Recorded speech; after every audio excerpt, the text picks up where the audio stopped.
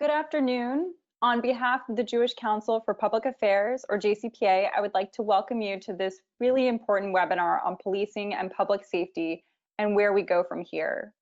For those who aren't familiar with our work, JCPA is a civil and human rights organization that serves as the national hub of the Jewish Community Relations Network, representing 125 local Jewish community relations councils and 16 national Jewish agencies, including the 4 streams of American Judaism. We bring together this unique network to grapple with and build consensus on pressing issues and then advocate for those issues with other diverse groups in order to build a just and pluralistic society. In many ways, we are the engine that powers the Jewish community's relations work on civil rights, racial justice, and criminal justice reform.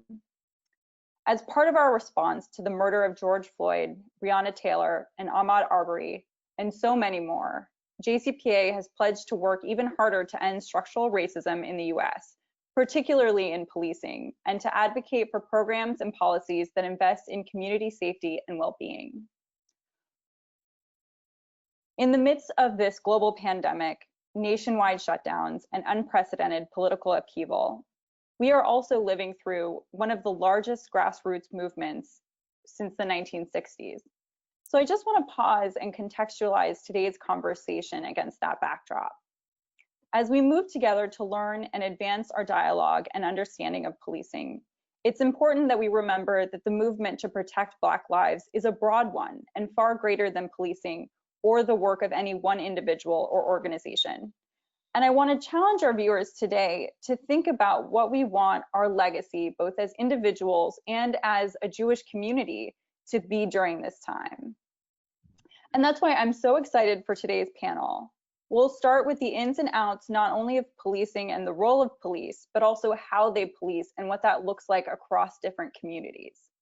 Understanding what police do and how they spend their time is so critical to understanding and parsing through all the different reform paradigms, which we will absolutely get into on today's call, before moving on to a discussion of potential solutions.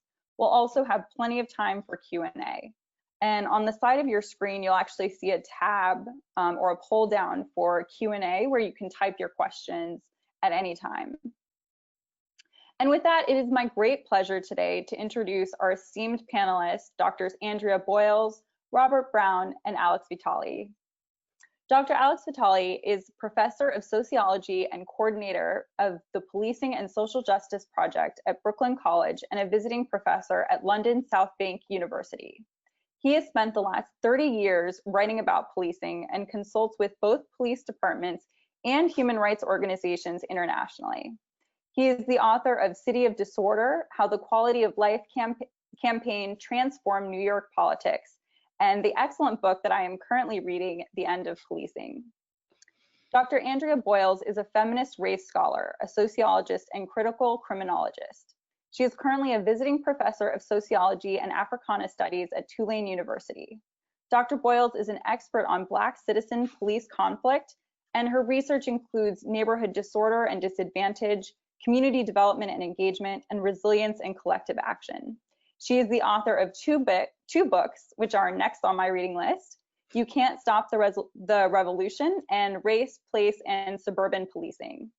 And last, but certainly not least, we have Dr. Robert Brown, an associate professor and chair of the Department of Criminal Justice at North Carolina Central University, whose research focuses on street-level interactions between police officers and citizens, for example, citation, arrest, use of force, the influence of race and gender of both officials and offenders on criminal justice processing, and the impact of intermediate sanctions and problem-solving courts on rehabilitation and criminal justice processing. Thank you so much for joining us today. I'd like to actually just dive right in. Before we can even begin contemplating solutions or evaluating reforms, we really need to understand policing. So I'd like to ask you all, what does modern day policing look like? What do police spend their time doing? What are their roles and responsibilities in our society? So Alex, why don't we go ahead and start with you? So I wrote a piece recently for the Washington Post called 5 Myths About Policing. And the first of those myths is that police spend their time fighting serious crime. Like most people, I think what we know about police is largely derived from what we see on television.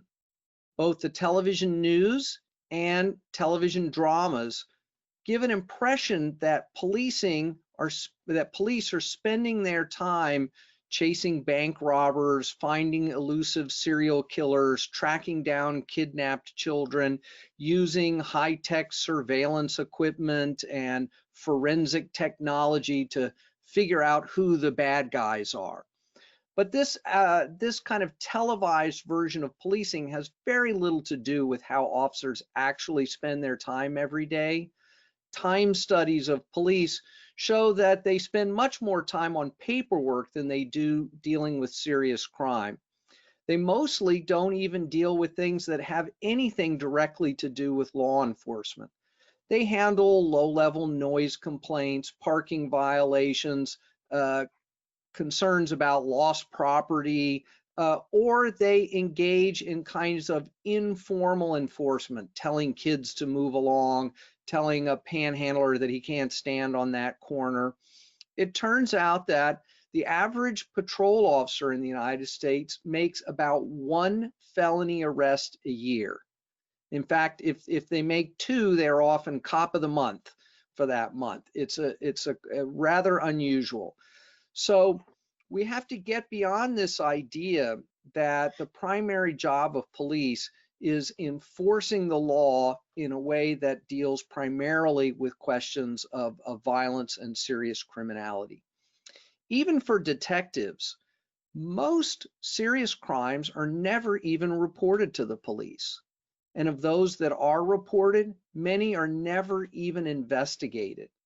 Research from the Vera Institute of Justice shows that only about 10% of serious crimes, those that make up the Part 1 section of the FBI's, crime reports every year, only about 10% of those crimes get solved in a year.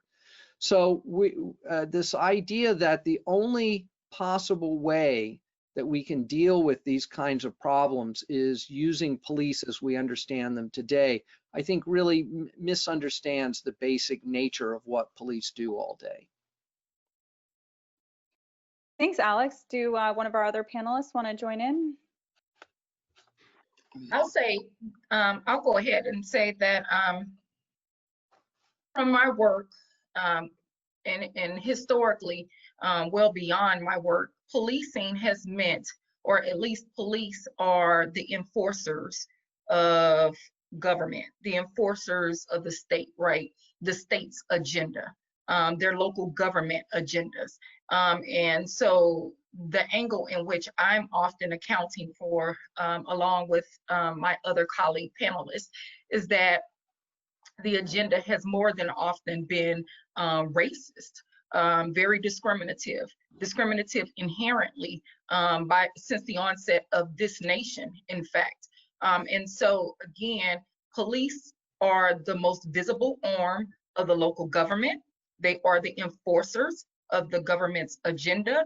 The forms of policing in which I have found that runs direct run right in concert, in other words, with those various discriminative agendas has been vicarious policing, proactive policing, and reactive policing. And when we break those down, or at least in my work, what that looks like across racial lines has meant that Black folks, Black and brown folks, are more likely to be proactive and directly policed, and white populations are likelier to be reactively policed, meaning. Exactly, go ahead.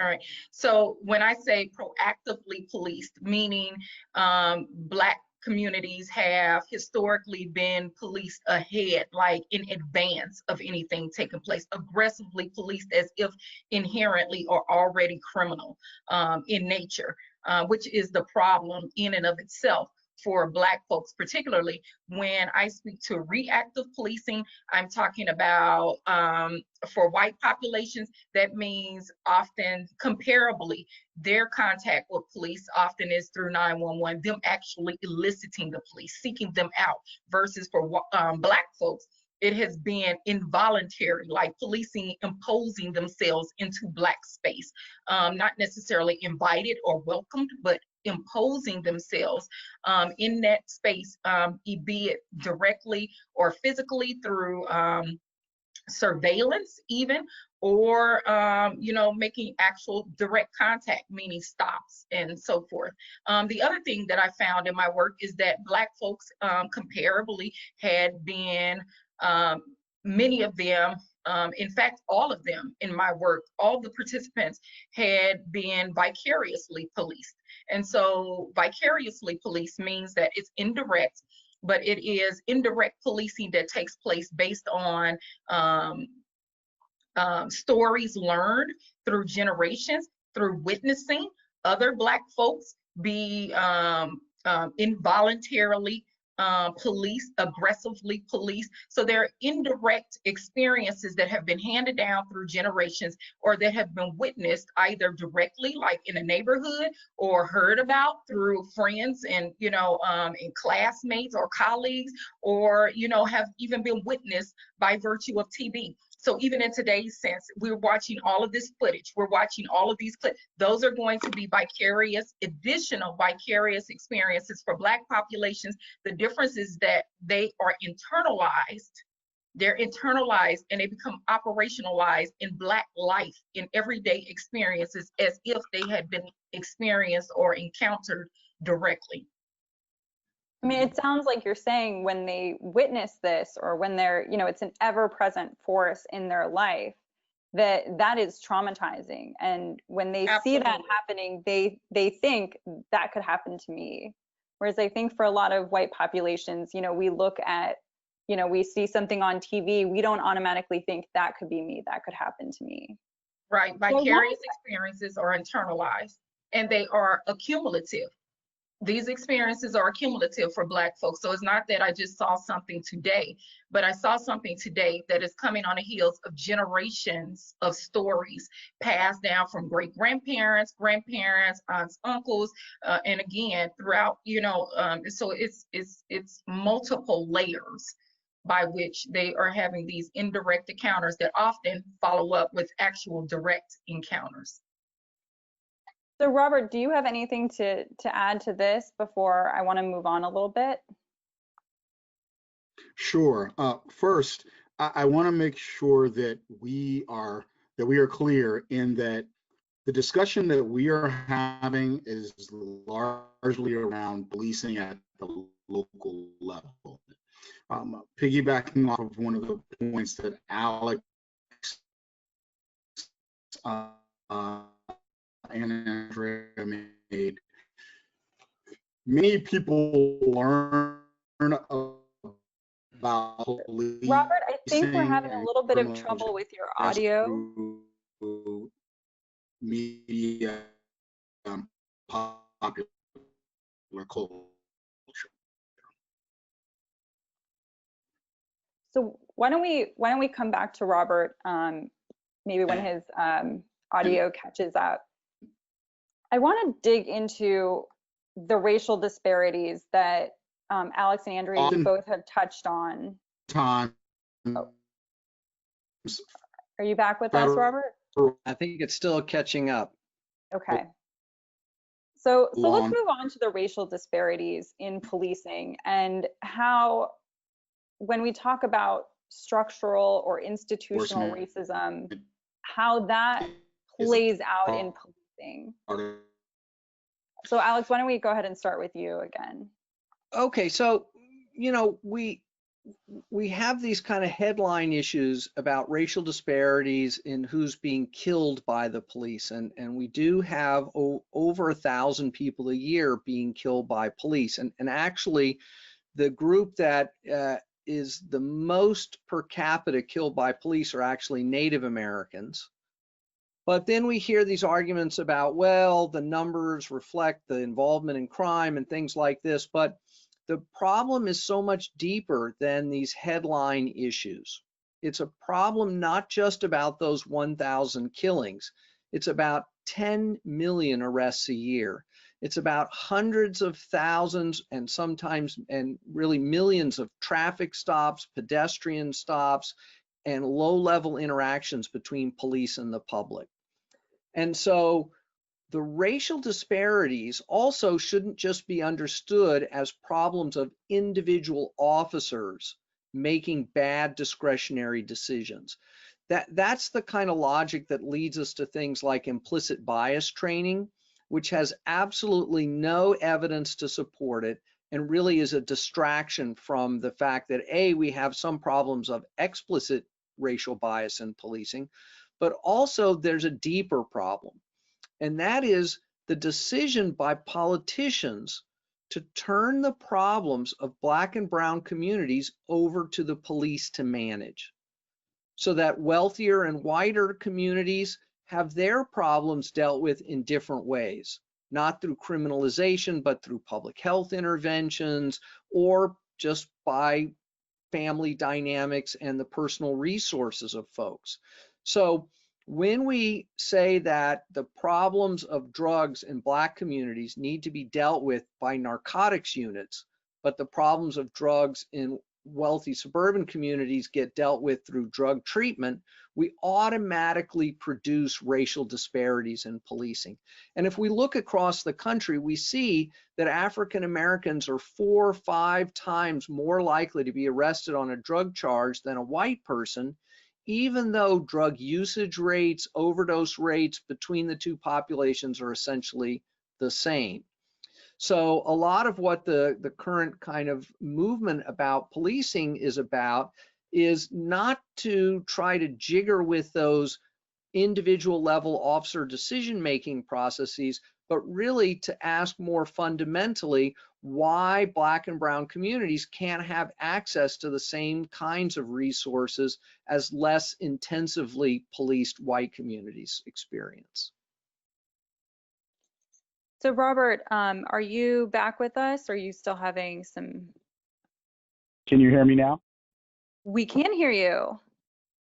Gotcha. I'm going to keep my audio on. Hopefully that won't be confusing, but I'm calling in through my cell phone now. Wonderful. So do you want to go back to the last question I asked about, what do we mean when we say policing? What does that look like in our society? And then dig into this question of racial disparities. Sure. I just want to note again that we are by and large talking about policing at the local level. We're not talking about federal law enforcement. But unfortunately, as has been noted by the other panelists, the way people learn about policing and what people think about policing, it's often muddied with popular culture, media showing things done by the FBI and the DEA and these specialized units that are not out there actually having routine contacts with citizens. The FBI is not pulling people over for traffic stops. The DEA is not patrolling parks and just telling people to move along. That's happening by, those types of enforcement activities are happening by local law enforcement. And once we start to recognize more that policing is happening at the local level, we have to start paying attention to context. And as Andrea noted, the transgenerational trauma of policing, the experiences of some populations and some communities should never be dismissed, because there are places where, due to the historical nature of that location, due to the way certain communities are organized and the politics going on in certain communities, there are people who are over-policed and under-policed. And if I think that transitions into the question about racial disparities, context matters. I think that nationally, we do see a lot of these issues playing out in many communities, but every community needs to pay attention to, at their level, what is the history of policing and what are the problems specific to that area. Great, thank you so much. So Alex, this is something that you've talked about previously, and I want to dig into it a little more here, and that is the dramatic expansion of policing as a political tool for solving other societal problems that we don't really think of as being inherently related to crime or policing. Yeah, I think that's a big part of the problem that we're facing right now. This became clear to me when I started doing this work about 30 years ago in California. This was a period when I was working on housing policy for the San Francisco Coalition on Homelessness. And the homeless folks and some formerly homeless folks that we worked with were complaining about a very high level of police harassment, much higher than they experienced before. And I was asked to look into this, and what was clear was that at that point, the city of San Francisco had essentially given up on the possibility of actually housing homeless people, as have the rest of the mayors in the country at this point, and instead had decided to turn the problem over to the police to manage, not to solve, but to manage, by driving people out of public spaces, by preventing people from aggressively panhandling, from breaking up encampments, and keeping people cycling through the criminal justice system. And so I learned at that early stage that when we see a problem turned over to the police to manage, we should look for the underlying political failure behind that.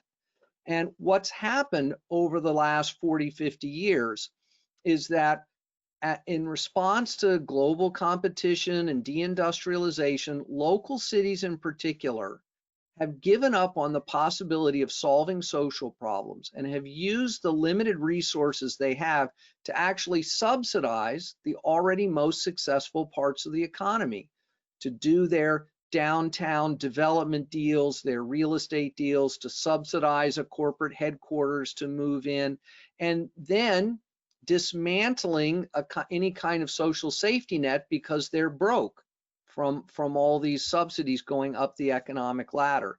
And the result of that has been problems like mass homelessness, which didn't exist in the 1960s, 50s, early 70s, right?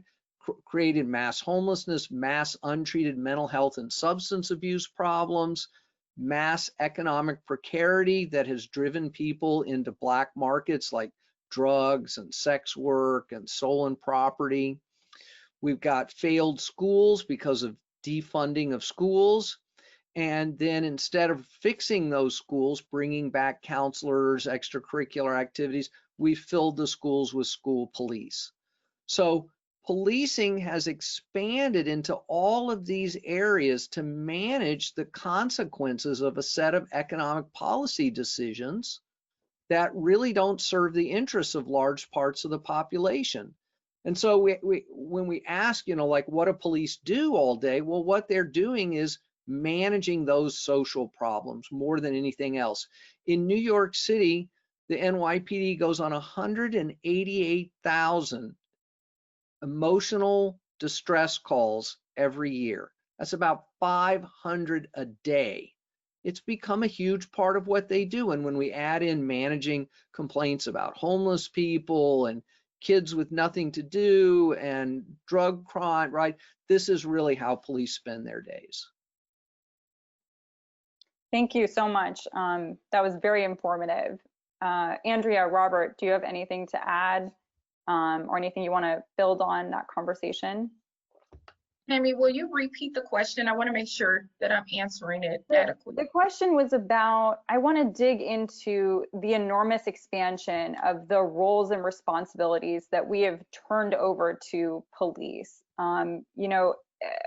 Social problems like homelessness, like drug addiction, but also even things like domestic violence or loitering, things that we don't think of as crime necessarily. But that police are the primary tool for responding to. So in my work, I literally state that, and you can't stop the revolution, that it is as if the state uses the police to babysit, so to speak, Black communities.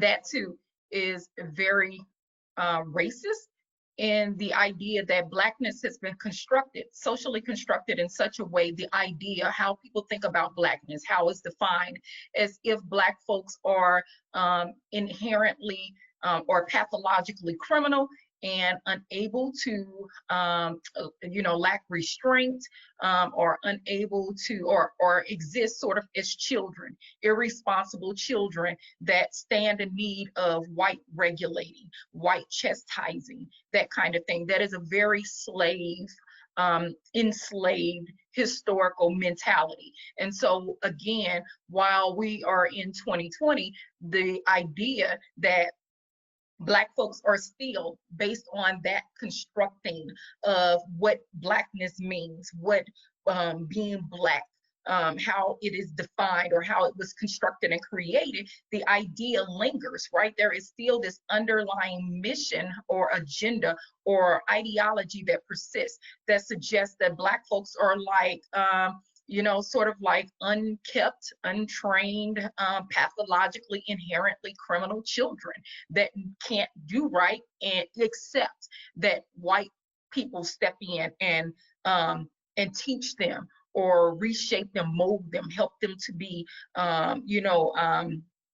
better or good people, that kind of thing. And that agenda is often portrayed and exhibited through everyday law enforcement. And so, yes, it is folks having to be chastised in the worst way, and I'm using chastise loosely, in the worst way imaginable, because some of the participants in my projects have been walking down the street, and so that called for some aggressive policing. Mike Brown, that is how his initial encounter occurred. Him and a friend walking down the middle of the street and reportedly being told to get the F, on the sidewalk, that kind of thing, excuse me. Sandra Bland, the idea that, she should then be stopped, and admonished as if a child for failure to put on a blinker, to change lanes. And so my thought in what I would challenge the viewers in this, webinar to think about is how often and what would that look like if every person was policed based on when they put on their change signal, their lane, changing lanes and signaling to do so. Like, what would that look like all day, every day in America, right? What would that mean if folks were being constantly policed? And let me be clear, these are not folks who've just been admonished, but these are folks who ultimately were killed.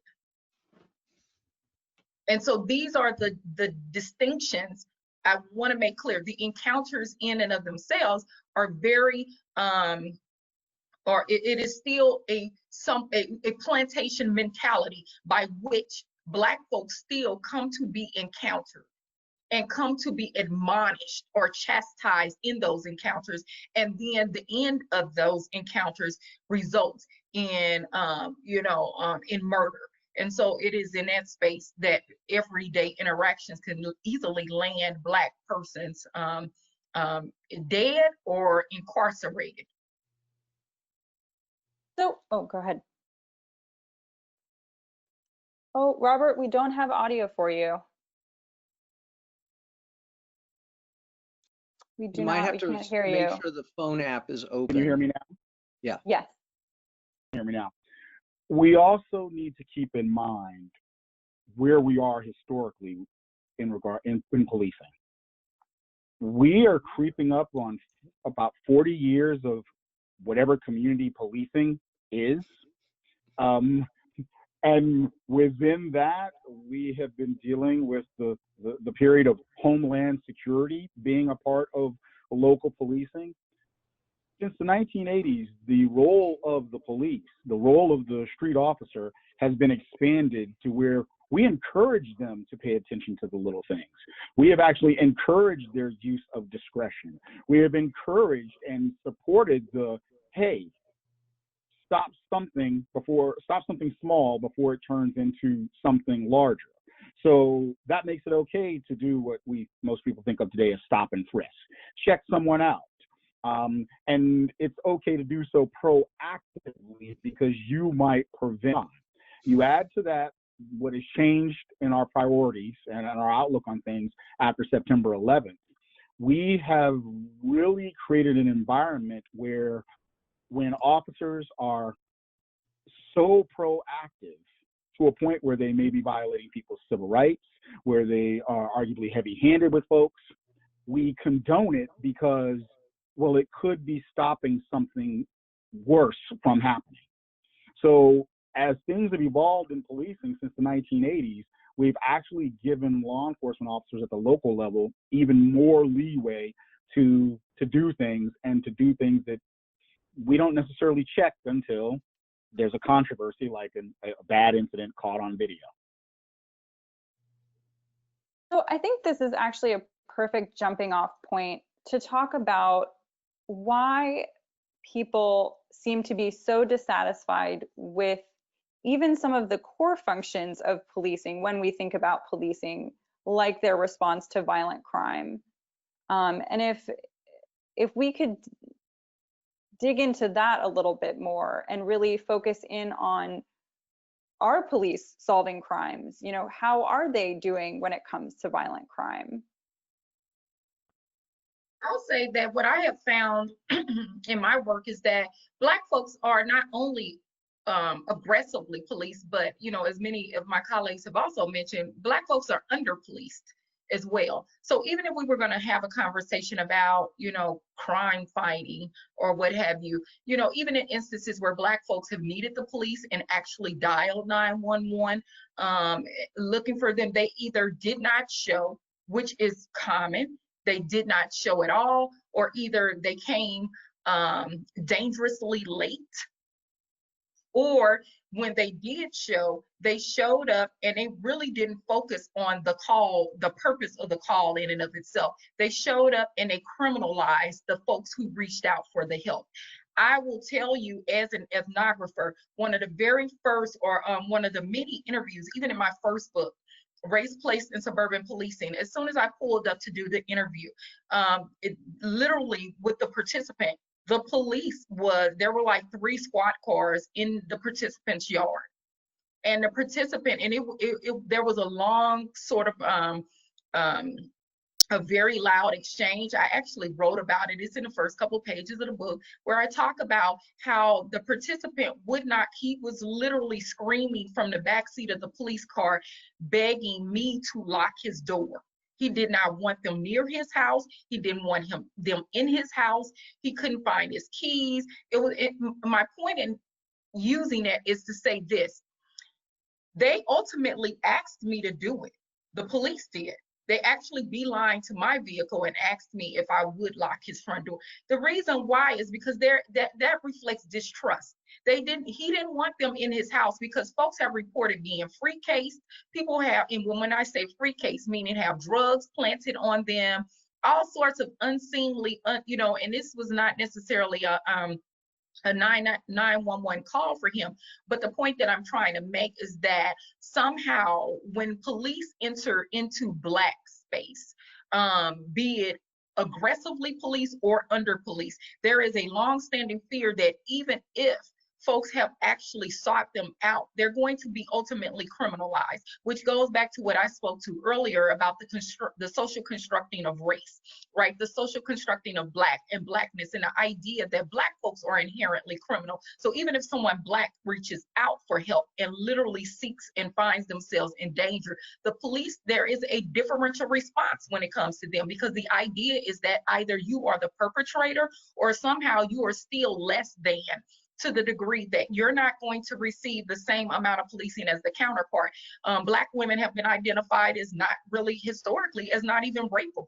So I'm just sort of throwing those things out there to, again, shine light on this logic and this ideology that is still permeating even in 2020, that drives the way in which Black folks come to be policed, whether it is through aggressive, overly policing or under policing. And this notion, this pathological, this pathological idea of crime in the Black community, which is more about a few people and not the entire Black community, the entire Black race, that often don't even get policed, is usually the people who are law-abiding that receives the worst end of the aggression.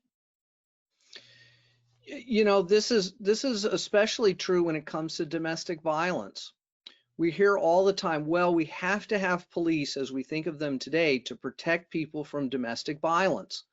But in fact, for African Americans, there is a deep reluctance to involve the police in these kinds of domestic disputes. Beth Ritchie, in her book Arrested Justice, details case after case in which the police arrive and make the situation worse. That they criminalize the women, that they as Andrea was saying, they approach the situation as if the entire household is always already guilty of something, and that coming into their home is an opportunity to go on a fishing expedition to find some way to additionally criminalize them. The testimony of Black women is not accepted at face value. It's always discounted. There's a tendency to view the woman as an equal combatant. And if they find some drugs, they will turn it into a drug case. If they find that the kids are in a difficult situation, then they'll get child welfare involved and the kids are taken away. And even when they try to handle the case properly, according to proper procedure, because we've turned domestic violence over to the criminal justice system, the solution in the minds of the police is to arrest someone, to pull them out of the house, and to sever that relationship.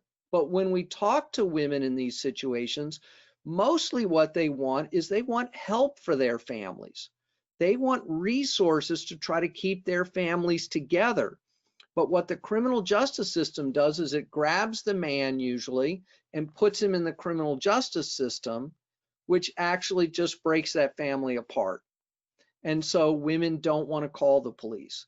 And so many of the people who are kind of leading this new movement have experienced profound domestic violence in their lives as children, as partners, and police were not part of the solution. They were actually an additional source of danger.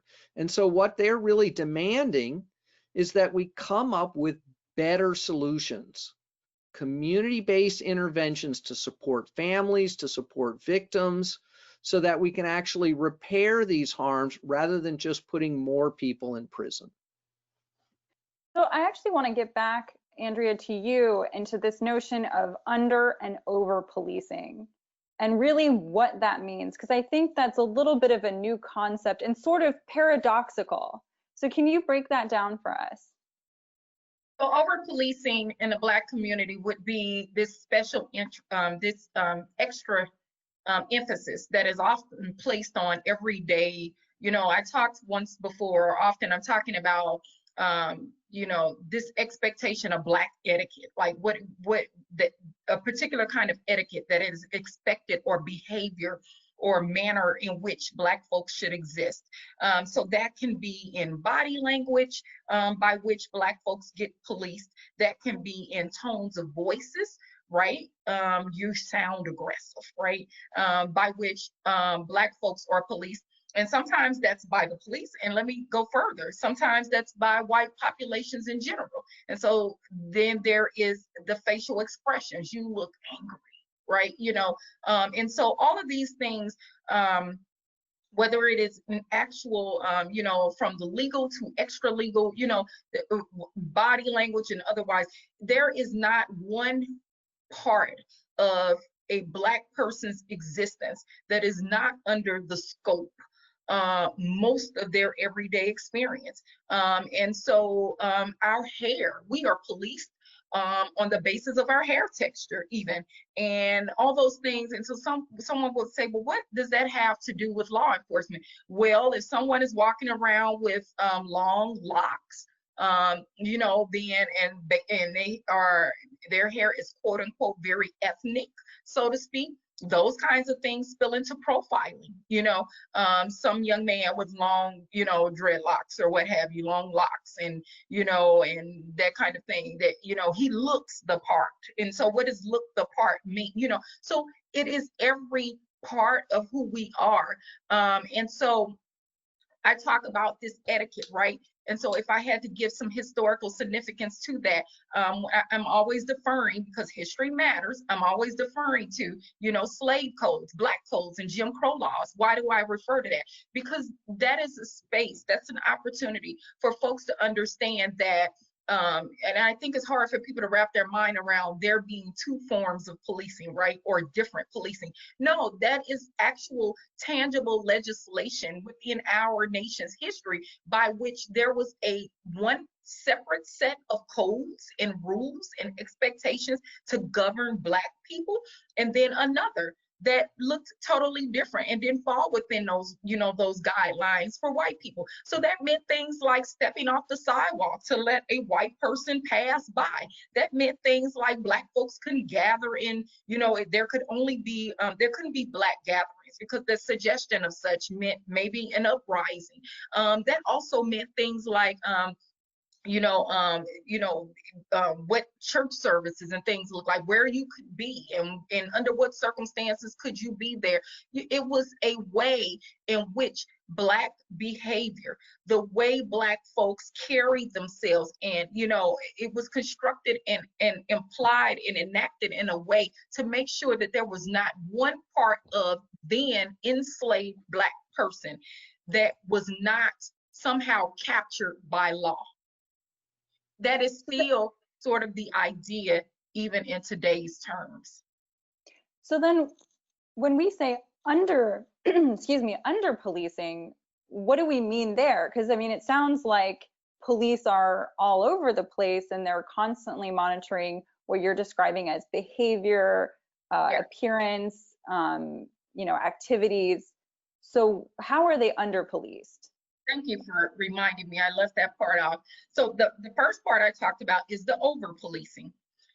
When I talk about under policing, I'm talking about, again, this idea you have to keep in mind, and I challenge folks to think about how Black folks were less than human, right? You know, enslaved populations were not thought to be human. They were property. You were chattel, you know, and so then as such, you couldn't possibly be harmed. You couldn't be in harm's way per se. Women, in fact, Black women particularly, were auctioned off on a basis of, being able to birth, how many children they could birth for the plantation and the age state. Those kinds of things factored in. Black women had historically been raped by masters and so forth. It was a wide understanding that, these kinds of things were happening. My point in bringing that up is that, and there's so much more to this, and it would take forever almost to go through it all. But my point in saying it is that, again, those ideologies have transcended time. The idea is that Black folks are under policed, meaning not necessarily worthy and deserving of saving, unless saving for a particular reason that benefits white economics, if that makes sense. The only way you're worth saving or responding to by virtue of the legal system is if there is something about your existence that fuels capitalism, that benefits it. But beyond that, the idea is sort of like, let them self-destruct. And so folks dial again 911, and then and so there is this idea there. I think many people assume that if you dial 911, the police is coming. No, not particularly in a Black community. So that's something I really challenge everyone to hold on to. A 911 call doesn't mean the police is coming in a Black community. In fact, they often have no shows in some of the most hazardous and dire of circumstances. No one shows up. And then if they show up dangerously late, which could also mean someone's life has been lost or someone has been compromised in a particular way. So I want to make those distinctions. That is what I mean when I talk about under policing, the lack of attention when needed. Thank you so much. If I could add to that, it's the under policing part gets into the slower response times, the not taking complaints seriously or calls for service seriously, right? Ranging from, it's already been discussed, not believing victims of domestic violence, showing up to those scenes and not taking as seriously the complaint or the incident, to let's think about something that really gets caught up in these discussions: black on black crime and homicide. That somehow it's the responsibility of the Black community to police itself and prevent homicides from happening, and that it's up to Black community members to solve violent crimes, particularly murders. Well, when you have this unfortunate cycle of why would a particular community or individual trust the police to call them to participate in the process when, in their experiences, the police have been overly coercive, they have not been trustworthy, they, if anything, they do illegal things to the point of what was brought up, potentially framing people for crimes. When you have this environment in the community and you say the community is not being a part of solving the crime problems, they will not work with us. But some of the reasons why communities do not work, whatever work with the police department means, they won't work with those agencies because those agencies have basically abused them, violated them. You start to see crimes not being solved, the clearance rate in some areas not being as high for certain offenses as it is in other areas. And you've got that twofold: are the police taking those offenses as seriously as they do in other places? Are they treating them seriously in all places? And that's not always the case. Two, unfortunately, the police are part of the problem when it comes to some communities, some individuals being willing to participate in the justice process. Can I just add something to that? Mm-hmm. So we want to be careful, though, in imagining that if we just had better clearance rates on homicides, that this would solve the violence problem in Black communities and brown communities and poor communities in general. So that, because that's not exactly clear. Even when police solve a homicide, that is after the damage has already been done.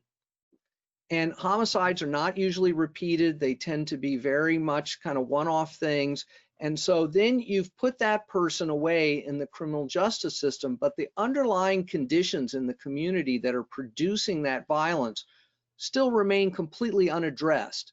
And this is a little bit of the problem with the under-policing, over-policing discourse, as it often occurs, is that it assumes that if we could just get the police to fully intensively focus on serious crimes and quit harassing people, that then that would automatically produce widespread public safety for the community. And I just don't think that's true. So I think I want to pause just for a second and let the audience know that we're actually planning to go until 3:30. Our panelists have agreed to have an extended session. And I really want to get into this conversation about solutions. But I want to ask one final question about policing before we move on to that discussion of reforms and the limits of reforms, and also, what ultimately could be a solution. And that is, how are police doing for both Black and white residents? And by that I mean, how are they doing when it comes to solving crime and doing this sort of traditional jobs that we think of when we think of crime? Because one thing that I keep hearing over and over again from protesters and from people who are participating in the Black Lives Matter movement is this real dissatisfaction with the job that police are doing in solving crime or responding to people. And I want to add an additional lens to that, and that's something that both Robert and Andrea, you focus on, and that is the gendered experience to policing. And I've heard very alarming statistics that 40% of police officers are known domestic abusers. And I think that adds an additional layer, and just that I think there are 34 states in the country where having sex with an individual in police custody is legal, as long as the police officer says, you know, it was consensual. And so I want to talk about that. And then, you know, if we could keep our answers as short as possible, because I do want to get to questions and I do want to get to this conversation of reform. Sure. When it comes to how our police, you want to go, Robert? Robert, why don't you go first, and then Andrea, just since you started first. I'll just quickly note, in this conversation, we have fallen into the trap of focusing so heavily on violent crime. Anyone being hurt violently, anyone being a victim of a homicide, it is without question a serious matter. But if we're talking about the data, if we're talking about time that police allocate to things, we're talking about a roughly, nationally speaking, a 2% problem. Homicides account for 2% of our recorded national crime. And yet, news media, popular culture shows the image of policing is often centered around the axis of violent crime. And that's not the reality of crime in our country.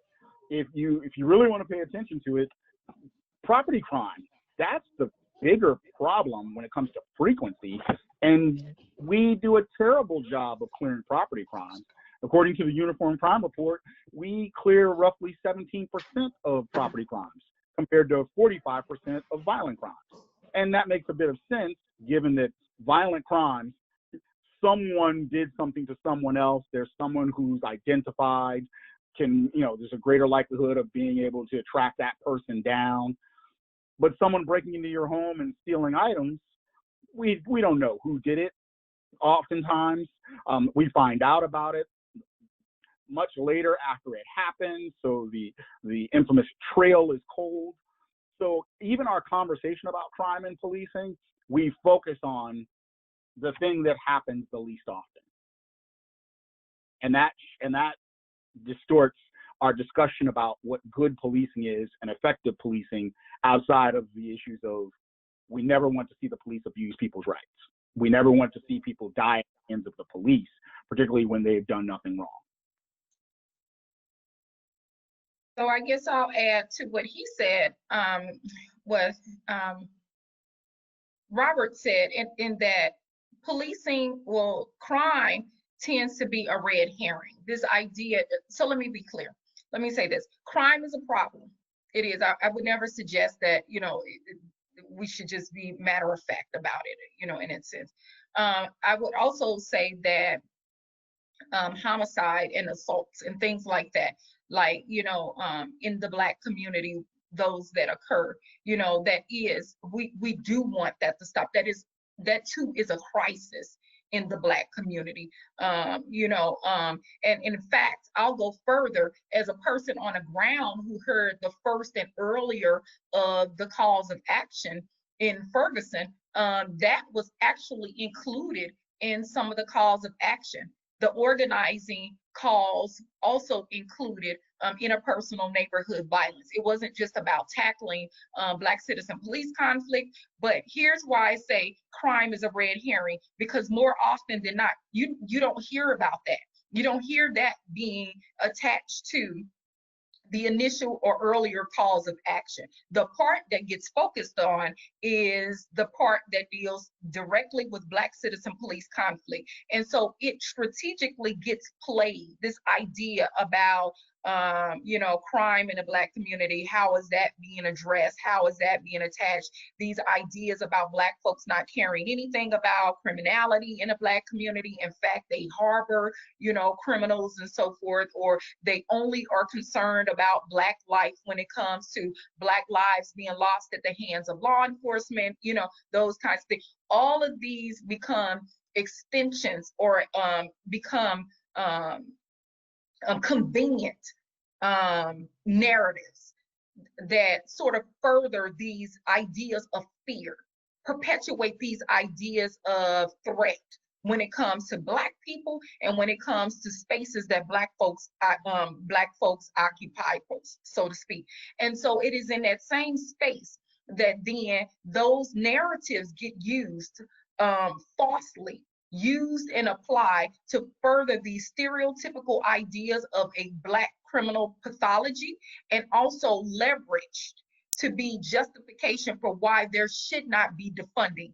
That's when those conversations emerged. They emerged when it came to interpersonal neighborhood crime. Those kinds of conversations typically have emerged in white space as a counter or in support of law enforcement. Anytime before then, in terms of what Black folks are doing and how they're navigating and what ways they work to keep their community safe, those kinds of things. When we talk about gun legislation and those kinds of things don't really get factored in. So there's way more to this than this notion that somehow there is crime happening in Black space. There's crime happening in many places, but the crime in Black space is what we highlight in terms of context and the conditions of the community. Those interpersonal neighborhood crimes are not based on pathology. It's about proximity, and it's about the fact that those neighborhoods are deplorably deficit when it comes to social services and all sorts of things. People are living day by day on, in survival mode, so to speak. And many of these issues did not stem from Black folks in and of itself. In fact, they are actually on the heels of it, trying to navigate it and manage it in ways that white populations have never had to do, and never had to do with little of nothing. Can I add something to that? Yeah, absolutely. Yeah, just I want to say something about burglary in a second, but I just want to emphasize this point that Andrea made about guns, right? So we hear consistently from African American communities that they want tougher gun control laws. And then the same white politicians who point the finger at the Black community for doing nothing about Black on Black crime consistently block exactly these gun control measures, right? That is just a crystal clear political dynamic that we're facing. So residential burglary. So for most white folks and better off folks, the primary serious crime that they have to deal with and sort of fear in any kind of regular everyday sense is burglary. That's the most likely form of this, right? So first of all, the vast majority of burglaries are never reported to police. Most that are reported are never investigated. And those that are investigated, only a small percentage end up getting solved. And the cost of incarcerating someone for a year on a burglary charge far exceeds the value of goods that they steal in a year. Second, the vast majority of burglaries are about getting money for drugs and going through people's medicine cabinets looking for drugs. This is driven by drug prohibition. If we had a complete rethink on the way we approach the drug problem, took it away from the police and turned it over to public health authorities, then we wouldn't have so much residential burglary in the first place. And finally, it would be much more efficient and effective for people to just have insurance take care of it or to create a victims compensation fund. Because the criminal justice system is completely incapable of solving the problem of residential burglaries. So I think that actually puts a perfect bow on that conversation and really leads us into, well, what do we do about it? And I want to address, before we get into the paradigm shift of how we think about public safety and how we reallocate responsibilities from police, I want to talk about the procedural reforms that I think I would characterize as very common during the Obama era. And, the answer to all of these problems is just, more accountability or more transparency, additional training, or that there's some training out there that can fix these issues. Or it's a diversity hiring campaign. What if we could just snap our fingers tomorrow and have a diverse police force that we can guarantee will be somehow not racist at all? why are we still seeing police departments that implement these kinds of reforms falling into the exact same problems as they had before they implemented these reforms? Well, this is exactly the problem, right? I mean, Minneapolis was a kind of shining star for all of these reforms that came out of the Obama administration 5 years ago, their task force on 21st century policing. In 2018, Minneapolis issued this glossy brochure report about how they had implemented this huge raft of procedural reforms designed to make them more professional, more accountable, more transparent. The officers that were involved in killing George Floyd had had de-escalation training, had had implicit bias training, had had mindfulness training. They were working under a new policy that said sanctity of life should be their #1 concern. They were trained that they had an affirmative obligation to intervene to protect life and to prevent acts of misconduct by their fellow officers. They were wearing body cameras, and none of it made any difference. And it hasn't made a difference anywhere. The number of police killings remains unchanged, and there's no one in heavily policed communities dancing around in the streets saying how great policing is now. It just, and we need only look at the way the police have handled the protests over the last 3 months to see how completely unreformed they are. And that's because these reforms completely misunderstand the nature of the problem. And frankly, were mostly designed to paper over the problem, to provide PR cover, to get people to quit protesting the police so that the police can get on with the job of mass criminalization of vulnerable communities. And so these things don't work. Community police meetings, implicit bias training, even things like civilian review boards, even putting a few more police officers in jail, it turns out the research shows it makes no difference. When our elected officials tell the police to wage a war on drugs and a war on crime and a war on gangs and a war on immigrants and a war on terror and a war on disorder and a war on the homeless, right? There will be abuse, it will be racially discriminatory, and no amount of training is going to change that. We have to end these wars. We have to get the police out of the war business, out of the drug business, out of the sex work business, out of the schools, out of the mental health business, and start to actually address those real problems in ways that build people up, that repair communities instead of criminalizing them. Thank you so much. Amy, I'll add and say that people have been moved along. I want to be clear, not everyone woke up like one day and suddenly said, oh yeah, let's just defund the police, or yeah, abolition. I'm saying it in that way because I think sometimes that is used to sort of justify, or at least, to politicize the idea that reform has not worked. People are, there is a fear, really and truly, is what I'm finding and what seems to be apparent. People are afraid, and that fear is being used, capitalized upon, to push the notion that somehow the world is going to totally come to an end. Like, what in the world would we do, right, if we suddenly didn't have or didn't support police officers? The world is, and what I would say is this: as a person having stood on the other end of a tank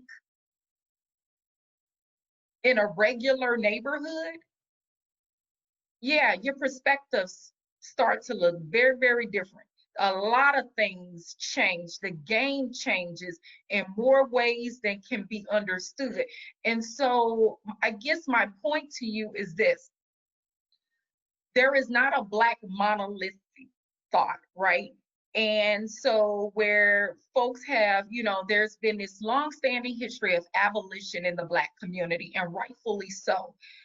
People have tried in various ways and thought about and processed ideas of reform, and the truth of the matter is that has turned up more harm than good. over the decades. In fact, we can say over the centuries, right? Because we've had well over 400 years for that to take root and effect if there was going to be a difference. And so at some point, you do the same thing, you get the same results, and that ends up being what? I think they define that as insanity. Expecting the same thing, doing the same thing, expecting the same result. But anyway, my point is this.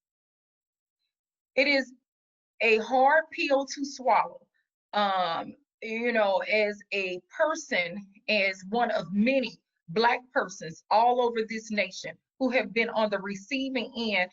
Alex speaks to policing and, in terms of war. And so, and many of us talk about it also in terms of it being this machine. And so that's literally how it feels when you are on the ground in real time. And I'm going to personally speak to that because I've been a participant in those direct actions, in those militarized protests and encounters and standoffs, and was that for years. At the worst end of it and in the heat of it, documenting many of these experiences. And so what you cannot do is try to sort of have a conversation about constantly reforming things when people have been on the brunt end of dogs. I've been that too, in real time. When people have been on the brunt end of tanks, rubber bullets, tear gas, with the entire nation watching. And so let me tell you what that feels like in real time. In real time, it's surreal because you're trying to process in your mind, is this actually happening to me as an American citizen, as a person who's law-abiding? Am I actually subject to the worst and the most egregious and violent experience on the other end of the state because I have a voice, because we speak out, because I'm present? Is that what that means? And you know that the world is watching. And in real time, you will love nothing more but for folks to step in and say, you know what, enough. Stop this. Not as if it would happen that way, but I'm just saying, in your mind and in your being, while this is unfolding, you're hoping that someone, is almost as if you sort of, at least for me, I wish that there could be a switch where it could stop. Someone could pull them back, reel them back and say, hey, it didn't take all of this. It didn't have to be this. You don't need to do this. These are like people. These are human beings, right?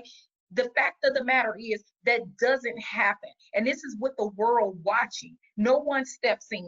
Those are catastrophic, traumatic experiences that people live with in addition to the ones they've already had. So my point is that there is almost no case to be made in terms of reform. There is almost no case at all to be made in terms of community policing, because you cannot come in and police people as if they are enemy combatants and then all in the same breath, in the same sentence say, but I'm going to be your friendly neighborhood officer. No, those are totally disrupted. The idea of such is totally contradicting, is counteracted, and the police operate as a machine. Once there's an order given, it is if they operate in such a way until all devastation must take place until there's a pause in it. So, Robert, I want to go to you for this next question, and I'm so sorry. I feel like we could go on for hours longer, but I really want to get into what the solution is, and I think that's where this defund movement really comes into the picture. So I want to ask, what do people mean when they say defund, and what would that look like? What does that mean in terms of a solution? So, as I have been discussing this, I translate it into a broad and strong call for better government, for better policing. People have been screaming for a long time that policing needs to change. And the communities that are oftentimes over-policed and experiencing some of the most negative aspects of policing are the very communities that are crying the loudest for better policing. We want better government. We want a government that is responsive, all the things that we talked about in regards to under-policing. We want a government that responds to the clear problems, but that response should not be limited to an individual with a gun and the ability to arrest and use lethal force. It's about better government in our communities. We want to see the problems that influence the crime that's happening. We want to see that get tackled. And if that means giving less money, less resources, different resources to law enforcement agencies, then so be it. And what is really powerful about this moment, if people stop getting distracted by terms and stop operating from extreme poles, the people are coming together. The people are showing up in communities, and they are being very clear and very direct about what they want.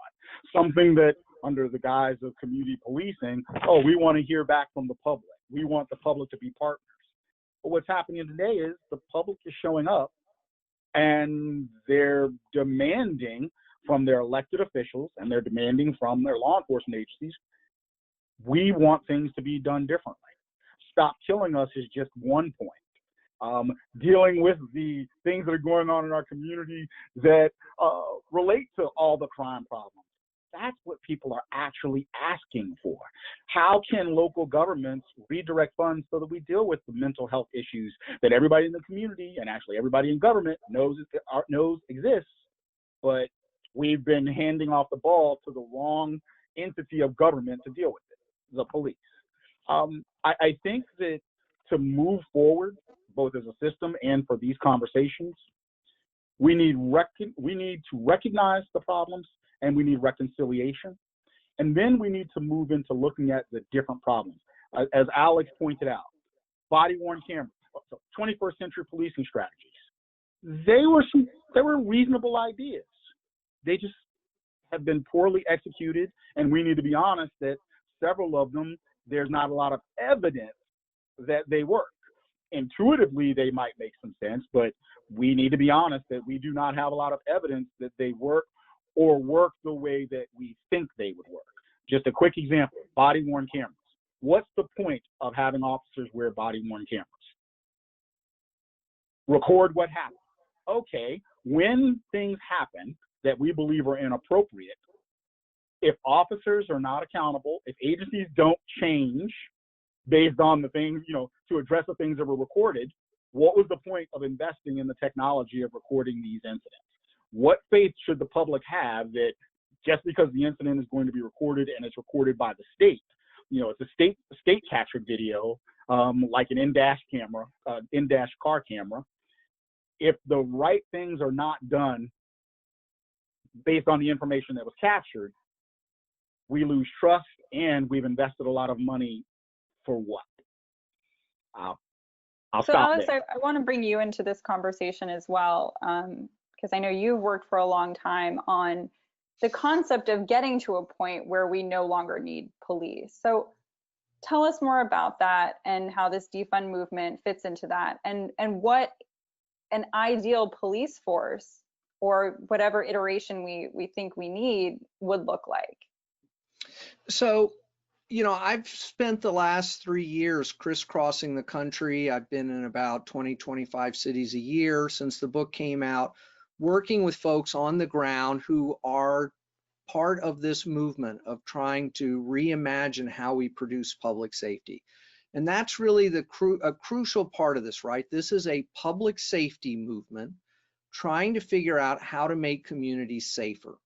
And one of the insights of this movement is that police have not been effective at doing that, and that for many communities, they've actually been a tool of worsening conditions, of reproducing race and class inequalities, inequalities of gender and sexuality, and that police ultimately are violence workers. And what we have to ask ourselves is, what is it that we can only solve by using violence workers? Because policing comes with this tremendously problematic legacy, so that it should be understood as the tool of absolute last resort. And so, no one who's doing this work has found some magical switch that we can just flip off and then tomorrow there are no police. And there's no city council in this country that's going to zero out the police budget tomorrow. No one thinks that's going to happen. What people are talking about is based on evidence and real examples of implementing alternative strategies to make communities safer than they are today, with the understanding that policing is actually often an impediment to accomplishing that, in part because they suck up all the resources, but also because the dynamics of criminalization are actually destabilizing to these communities. And mass incarceration and mass criminalization is actually another burden on these communities. And so what we get at the end of that, I think, remains an open question. We have a lot of ideas that need to be implemented that can reduce actually what I think is the vast majority of what we expect police to actually do every day. And then when we see what's left, then we look at that and we try to see if we can come up with better solutions to deal with that. And that it's really about a process, not some pre-imagined outcome. So I think that's a good segue. And I've been trying to answer audience questions as we've been going through this conversation. But I think people are really eager to hear what maybe overall strategies we should be pushing for, and really how the Jewish community can be helpful, and really what they should be pushing for and advocating for. Well, maybe I'll just start with a couple of things. I mean, I think there are a number of problems that have been turned over to the police that are really public health problems. And I think this is something that is well understood within the Jewish community. Certainly at my temple, I'm not religious, but my family are active in our local temple, and there are many professionals, and they understand that these are public health problems. We don't, you know, the opioid crisis has been a complete failure on the part of policing. They just don't have any business in this arena. Similarly, the mental health issue, right? We've turned a massive public health problem over to the police to manage, and then when they kill people inappropriately, we try to turn them into social workers and clinical workers. We should just hire social workers and clinical workers. It's that simple. There are concrete plans in place around the country. Some are being implemented, some are being advocated for, and we need to get behind those plans. Regardless of what community we live in or exactly the nature of the problem in our community, we need to send a clear message that as a country, and we can see this with COVID, right? We don't have the adequate public health infrastructures to deal with the everyday and the extreme crises that we may come to face. And something has got to be done about this.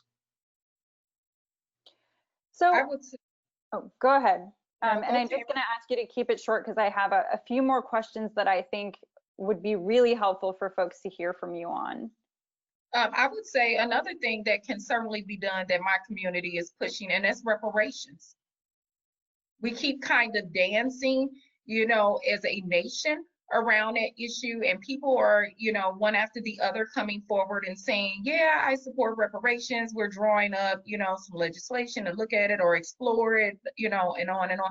The truth of the matter is, as we talk about conditions in the Black community, the disproportionate numbers of poor Black folks, then it seems to me that at the root of that, we ought to be having a conversation about reparations, and not just continually having a conversation about it. But there needs to be some real tangible actions in place of those discussions in making reparations an actionable thing, because Black folks are centuries behind the plate in terms of wealth, the wealth of America.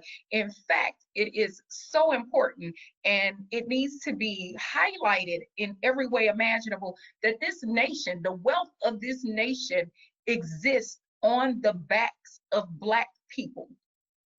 On the backs of enslaved Black people. It is unconscionable that the descendants of those enslaved persons who bled and died, sweated and, you know, and suffered the most horrendous of human abuse in every way imaginable, that they would then need to be on the receiving end, suffering continuously and disproportionately in desolations or desolated space, and having to almost beg for reparations when many have received them. And so those two, along with the conditions that Alex have talked about, that would significantly benefit the Black community in terms of solutions and moving forward. So are there any examples of cities or police departments that are doing it right, that we should be looking to as models? Robert, you mentioned actually one yesterday, so. I was just going to share, some may have heard of this recent news. The St. Petersburg, Florida Police Department, the city of St. Petersburg, they have taken on a new initiative, I believe, effective October 2020. Their sworn law enforcement officers will not be responding to calls that appear to involve mental health situations, nonviolent matters involving juveniles, basically the very social service type of situations that we talked about in this panel. They are giving up or redirecting, I believe, approximately $3 million and 25 sworn law enforcement officer lines to create a special unit that will go out to these types of calls. And that is innovative and in line with the conversations that have been happening over the last few months, but it is also part of a trend. There are law enforcement agencies that have been recognizing sworn law enforcement officers are not needed for everything. There are police departments that use non-sworn personnel for crime prevention and community outreach, to respond to traffic encounters, so particularly accidents. So I believe that we are going to see more and more agencies start to establish specialized units. In law enforcement, there has been a growing trend of crisis intervention teams, trained officers and units to deal with situations where it's known that the suspect or the encounter is going to involve a person suffering from mental illness. So law enforcement is willing to embrace these types of approaches. It just gets to something that I think is really important, and to respond to your question of what can the audience, what can the community do? Number one, keep showing up and being active. Continue to be supporters of racial justice and advocate for racial justice. And then follow the money. And by the money, I mean, whatever your local police department is doing with its resources, hold them accountable for it. If they invest money in training, like implicit bias training, that's a great step. I think it's awesome to try to help law enforcement officers recognize how bias could possibly result in problematic behavior. But if that training is not evaluated, if the proper supervision related to that training is not provided, that was a waste of money. My point about body-worn cameras. What's the point of investing in the technology if we're not doing the things that support why we're using the technology? De-escalation training. I think we should try it, but we need to evaluate it and see how it works, and based on those evaluations, form proper responses. So whatever's going on. Yeah, and it sounds like from what we've heard today, and certainly from what I've read, that the evidence on those types of reforms is kind of inconclusive at best, and really, not so effective.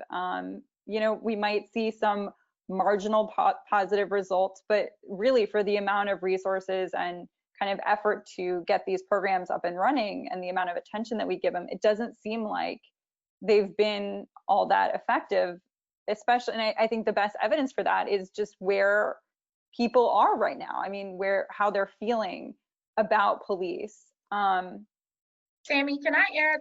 Absolutely. There is a chant that is so common and frequented on the ground in direct action. And it says, they think it's a game, they think it's a joke. This ain't no game, this ain't no joke.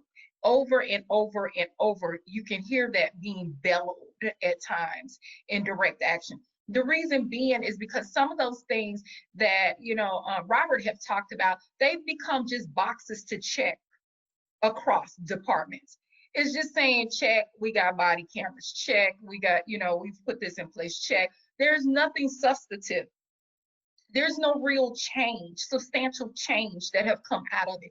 Folks have learned in some respects, and if I had to again speak to this in lieu of that chant I just said, the idea is, yeah, this is how the community feels. They think this is a game. They think this is something you can just like check. You can check the boxes. You can give all the right talking points, and you can disseminate these various narratives at these at these different junctures in time and work them in such a way where it increases fear, it increases the idea of threat. You can do all those things and drive it in such a way until like you've mastered the ability to do that in such a way to where you can give the appearance of there being change without there being none of it. And so again, this is what drives back to some of the things that Alex talked about. The idea that, defunding and all these kinds of things, moving quickly and rapidly into a place where we have realized on so many fronts that reform has simply not been the answer. It's been checking the boxes is what it's been, and then politicizing it, including in narratives along with these ideal phrases, these catch vision or catch pictures or descriptions, or at least what we refer to in the white imagination, these ideas of violence and harm and what does that mean, the worst of everything, to sort of indoctrinate or further these socialization processes for thinking about all things harmful if the police does not exist, as people have gotten used to it. And so no, it's not a game, it's not a joke. And the other piece to it that folks on the ground are crystal clear about is that they will not be waited out. Because the idea, again, appears to be to use all those mechanisms and wait them out. At some point, they're going to stop taking to the street. At some point, they're going to get tired and they're going to stop marching. Just wait out the marches. Keep the talking points going. That is what it appears. And what Black folks are saying at this juncture, no, enough is enough. There is no waiting out. This is not a game. This is not a joke. Folks are staying the course, and people are staying the course in a way and saying that these reforms, all this surface stuff, done with that. Either address these issues, own institutional racism at the root and the inherentness of Black discrimination or discrimination against Black people at the root, change it, overhaul it, provide the reparations, defund organizations and these institutions that further discrimination, that further differential treatment for Black folks. And it just happens to be that policing is one of them. It's certainly not the first or the last of institutions that need, in many respects, to be called to the table, but it's the one, because it's the one that keeps producing time and time again dead folks and mass incarceration on the other end of it. So I think that with that incredibly stirring speech almost, I think that that's actually the perfect stopping point. I have 10 million more questions that I could ask you. I could go on and keep this conversation going for another 2 or 3 hours, easy. But unfortunately, we are out of time. So I want to thank the three of you. I think this was a phenomenal conversation, and you've given us so much to think about. And I think one of the things that really strikes me is that this issue is so much bigger than policing. And it's actually, it involves issues that we in the Jewish community, and particularly in our Jewish communal institutions, have been working on since we were started. And in fact, provision of social services and the safety net for communities was how most of our organizations even came to be. And I think that we really can draw on that and really build on all of that experience as we continue this conversation. So I just want to thank everyone for coming and thank the three of you for the extra time that you gave to us. If you enjoyed this webinar or others that we have done, please support our work. We're doing a lot on equity, justice, and civil rights, so please consider making a donation. And to donate or learn more about what we're doing, you can visit our website at jewishpublicaffairs.org. And finally, I just want to give an extra plug to You Can't Stop the Revolution and The End of Policing as books you should absolutely put on your reading list. Thank you again, everyone. Have a wonderful afternoon. Thank you.